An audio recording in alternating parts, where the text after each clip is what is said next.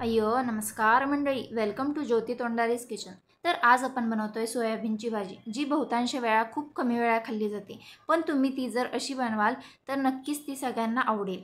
तर त्यासाठी पहिल्यांदा मी कोमट सोयाबीन धुवून घ्यायचे, नंतर ते कोमट पाण्यात 5 ते 10 मिनिटं भिजत घालायचे। आता आपण बनवूयात सोयाबीनची भाजी। त्यासाठी मी घेतलेलं आहे तेल,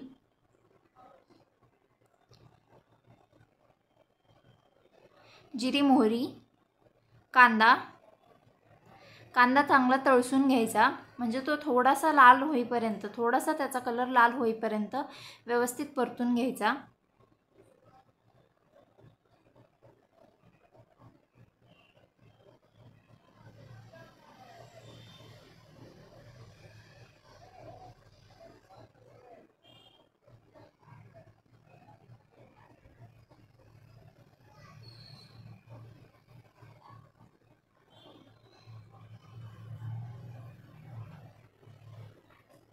भाजी स्वादिष्ट बनण्यासाठीची शेवटला मी एक टिपही देणार आहे, तर व्हिडिओ शेवटपर्यंत पाहायला विसरू नका। यामध्ये ॲड करायचं टोमॅटोची प्युरी। एक कच्चा टोमॅटो घेतलेला आहे आणि तो बारीक करून घेतलेला आहे, म्हणजे कच्च्या टोमॅटोची प्युरी ॲड केलेली आहे।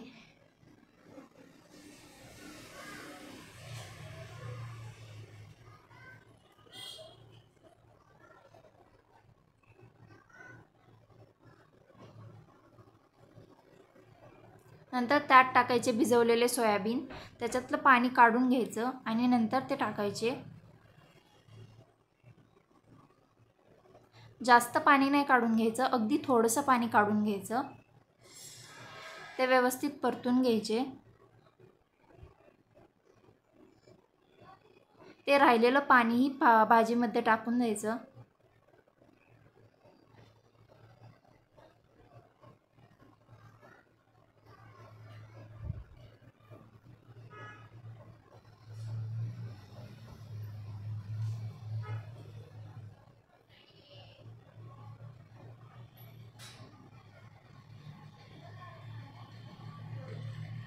भाजीला जोपर्यंत उकळी येत आहे तोपर्यंत तुम्ही व्हिडिओला लाईक, शेअर आणि कमेंट करायला विसरू नका, आणि चॅनलला सबस्क्राईब करायला विसरू नका।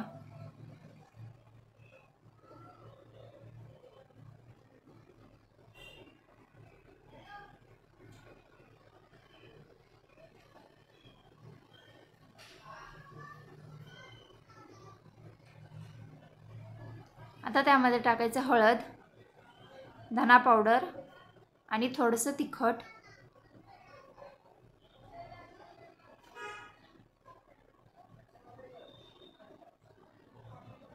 मीठ,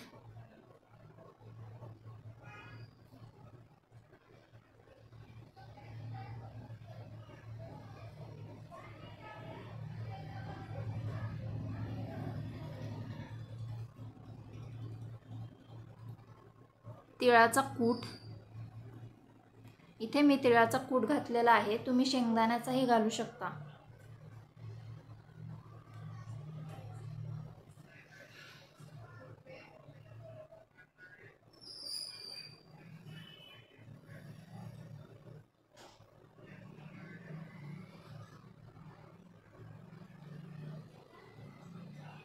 थोडासा शेंगदाण्याचा कूट,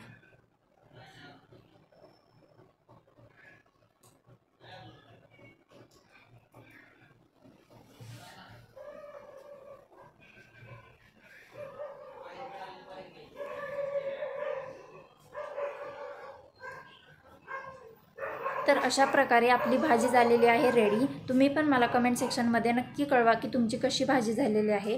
आणि the last one is tip of the day is, जेव्हा पण तुम्ही सोयाबीनची भाजी कराल तेव्हा धना पावडर अवश्य ॲड करा, कारण सोयाबीनची भाजी आणि धना पावडर याचं व्यवस्थित खूप छान कॉम्बिनेशन बसतं। आणि असंच घरगुती खात राहा आणि स्वस्त राहा।